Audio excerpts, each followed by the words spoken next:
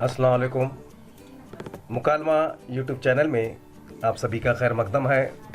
मुब्तदा और ख़बर की शनाख्त आज हम जानने वाले हैं। अगर एक इस्म हो और दूसरा सिफत, तो इस्म मुब्तदा और सिफत ख़बर होती है। जैसे मिसाल देखिए, आज कल चांदी महंगी है, इसमें चांदी मुब्तदा और महंगी ख़बर है।